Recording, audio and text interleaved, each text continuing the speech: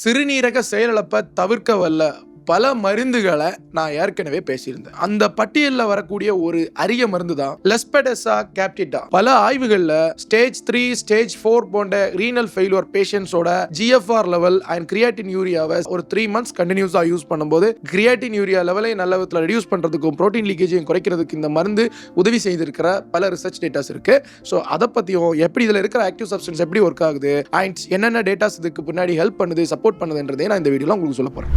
இது ஒரு perineal Harb. So இந்த தாவரம் ரொம்ப ரேரானது அண்ட் ஹோமியோபதி ஃபார்மசிலேயே ஒரு சில அரிய ஃபார்மசி மட்டும்தான் இந்த மதர் டிஞ்சர் வந்து ப்ரொடியூஸ் பண்றாங்க. இந்த தாவரத்தோட ஃப்ளஷ் ஃப்ளவரிங் ஏரியல் பார்ட் தான், அதாவது ஸ்டெம் லீவ்ஸ் அண்ட் ஃப்ளவர்ஸ் தான் மருந்துக்காக நம்ம உபயோகப்படுத்துறோம். ஹோமியோபதிக் ஃபார்மகோபி ஆஃப் இந்தியாவோட லிஸ்ட் படி ஹோல் பிளான்ட் தான் நம்ம வந்து இதை யூஸ் பண்றோம். இது ஒரு ஃபேபேசிய வகையை சேர்ந்த தாவரம். 20வது நூற்றாண்டோட மிட்ல யூரோப்ல இந்த லெஸ்பெடெசா கேப்டிட்டா தான் ரொம்ப பீக்ல இருந்துச்சு.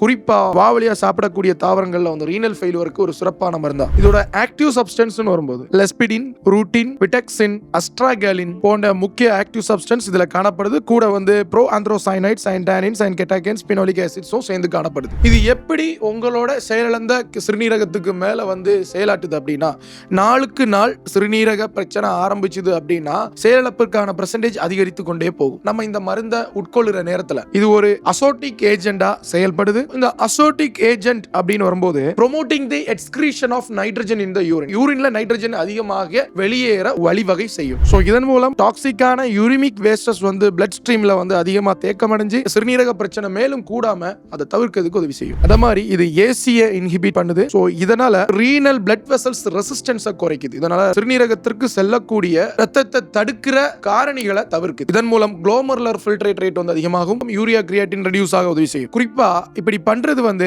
பொட்டாசியம் டிஃப்ளெக்ஷன் ஆகாம உதவி செய்யும். மத்த டயூரிட்டிக்ஸ் பண்றது மாதிரி பொட்டாசியம் டிஃப்ளெக்ஷன் ஆகாமலே ஹெல்ப் பண்ணி கொடுக்கும். ரீசெண்டா நடத்தப்பட்ட ஒரு 3 months ஸ்டடீஸ் என்ன சொல்லுது அப்படின்னா, இந்த லெஸ்பெடெசா கேப்டிட்டா மெடிசினை வந்து கண்டினியூஸா வந்து 3 months கொடுக்கப்பட்டது. அதாவது ஸ்டேஜ் 2 பேஷண்ட்ஸ், ஸ்டேஜ் 3 சிகேடி பேஷண்ட்ஸ்க்கு கொடுக்கப்பட்டதுல அது டயபெட்டிக்கும் சேர்ந்து இருந்த பேஷண்ட்ஸ் சிறந்த முறையில் அந்த பேஷண்ட்ஸ்க்கு 3 months மெடிசின்ஸ் போகும்போது அண்ட் அவங்களோட GFR லெவல் நல்ல விதத்துல இம்ப்ரூவ் ஆகி இருக்கிறது வந்து அந்த ரிசர்ச் டேட்டாஸ்ல வந்து தெரிய வந்திருக்கு. இதன் மூலம் இது நல்ல விதத்துல டிசீஸ் ப்ரோக்ரஷன்ஸை வந்து பிரிவென்ட் பண்றதுக்கு உதவி செய்யும். அண்ட் அது அப்படியே உங்களோட ரீனல் அடுத்த கட்டத்தை நோக்கி நகராம இருக்கக்கூடிய பிரச்சனையை அப்படியே தேக்கி வைக்கிறதுக்கு, அப்படியே நிறுத்தி வைக்கிறதுக்கு வந்து நல்ல விதத்துல வழிவகை செய்யும். மேலும் 2021 உக்ரைன், 1992 ஜெர்மனி, 2018 இத்தாலி, 2012 USA போன்ற பல ரிசர்ச் டேட்டாஸ் வந்து இருக்கு. நீங்க வந்து தெரிஞ்சிக்கலாம். சோ இத பத்தி மேல தகவலுக்கு உங்களோட ஹோமியோபதி மருத்துவர்கிட்ட கான்டாக்ட் பண்ணுங்க. என்னோட கன்சல்டேஷன் உங்களுக்கு தேவையான www.drkrisli வெப்சைட்டுக்குள்ள அடி வாங்க. நீட் ஹெல்ப் செக்ஷனுக்குள்ள அடி வாங்க. டைரக்ட் கன்சல்டேஷன் களியக்காவில கன்னியாகுமரி டிஸ்ட்ரிக்ட்ல கிளினிக்லயும் அண்ட் சென்னையில அவைலபிளா இருக்கு. நன்றி.